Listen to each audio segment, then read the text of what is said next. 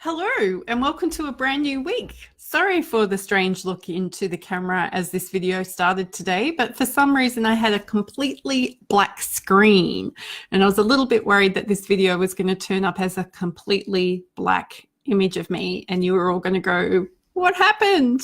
Did we have the apocalypse and no one told me? Welcome to a brand new week. Hallelujah. How was last week for you? I missed you on Friday. Well, that's a bit of a lie.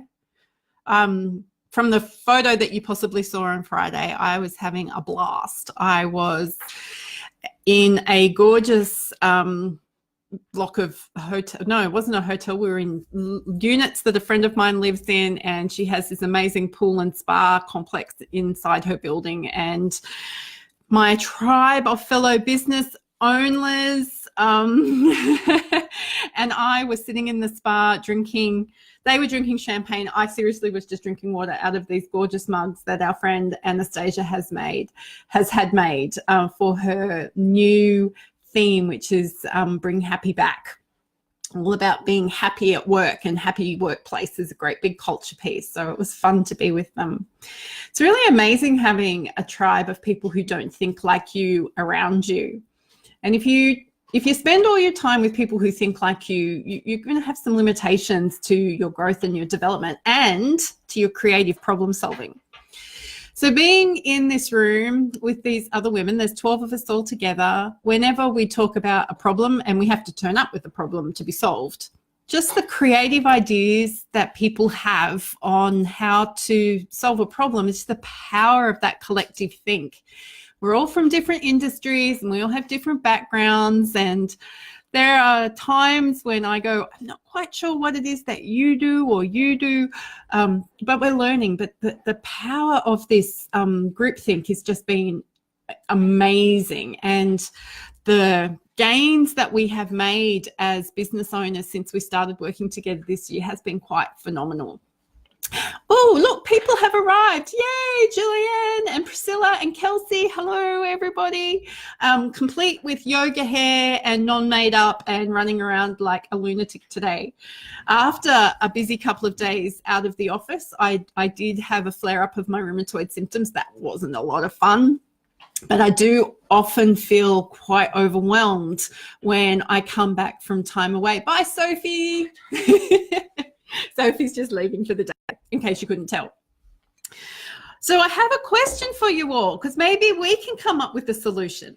When you've gone away and done something away from the office or away from your work, away from your caseload, so whether you've gone to training or to a conference or you've spent some time with a mentoring community, you're doing some sort of development, how do you debrief with yourself afterwards? So when we're so good at rushing into the next thing and the next thing and the next thing and the next thing. Like, don't lie, I know we all do that. And we lose so much of the goodness of what we've just come away from if we haven't made some decisions about how we're going to implement. Now, fortunately, the leader of my tribe is very good at making sure that we implement. So we're not allowed to walk away unless we make a commitment to one thing. Most of us make a commitment to more than one thing because we're all overachievers. Ha, ha, ha. But I found that coming back to work today, and I was getting increasingly anxious as the weekend went on, knowing what it was that I was coming back to and the time frames, and I'm feeling really, really pressured to time at the moment, like really pressured. I've fallen back into a very unhelpful belief, which is there's not enough time. And that escalates for me around well, I feel like I haven't got enough time to do anything. So I'm constantly rushing and I'm constantly keeping myself on edge, which is not great for energy levels or focus. So I'm interested to know, what do you do to help debrief with yourself? How do you take what you've learnt from an experience or from some training or a conference that you've been to, and how do you make that stick? I think that's the question I'm asking. How do you make it stick?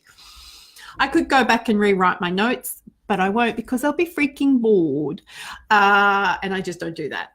I make sure that I put time in my schedule and in my diary to go over the things that I've committed to. That's one of the ways that I do it for myself. I debrief a bit with my husband. Must admit, used up all my words with the ladies, so he didn't get very many words over the weekend.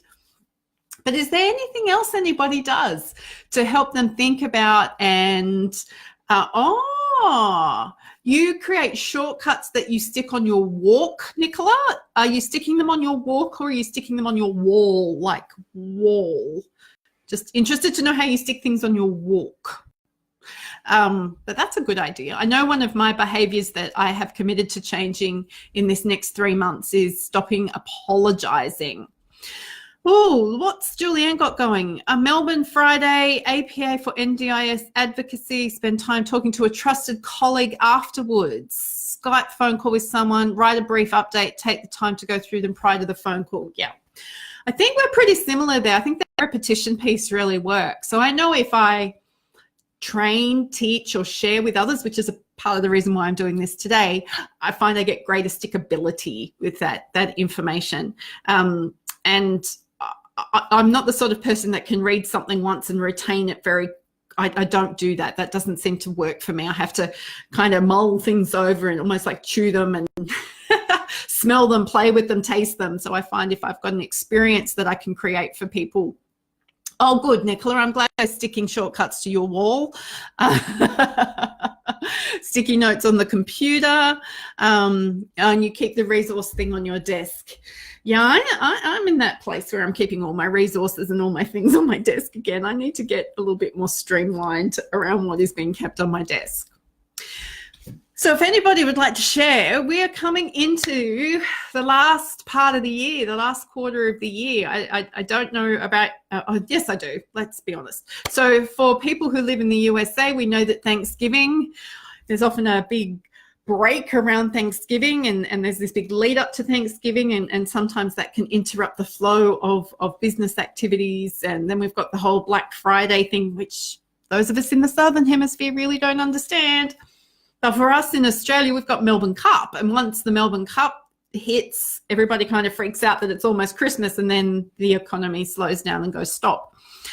So I'm really interested to know if anybody has started thinking about these things yet. I have, because January and February are really, really cash flow tight months for us. So if I don't start thinking about that now, then I'm not used to being able to make it through or make it through comfortably. That's if there's ever a period of time where I, as the business owner, am going to take a wage cut, it's usually during January and February.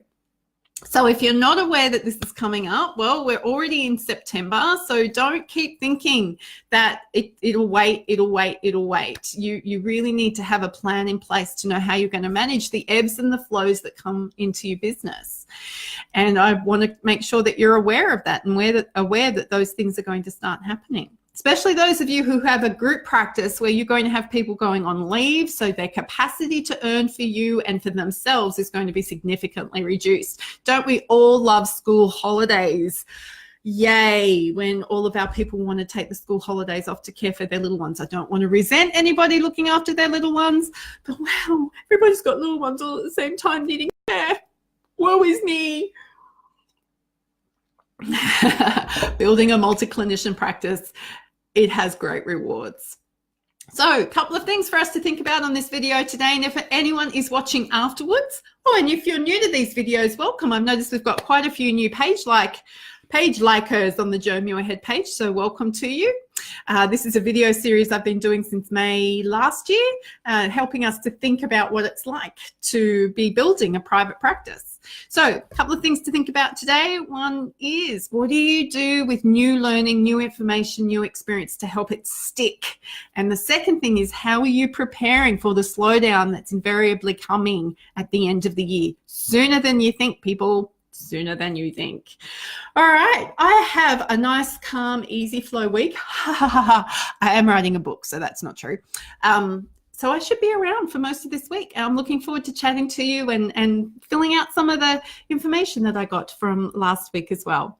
So my name's Jo Muirhead, in case you don't know me. Hello, this is Private Practice, and I look forward to talking to you later this week.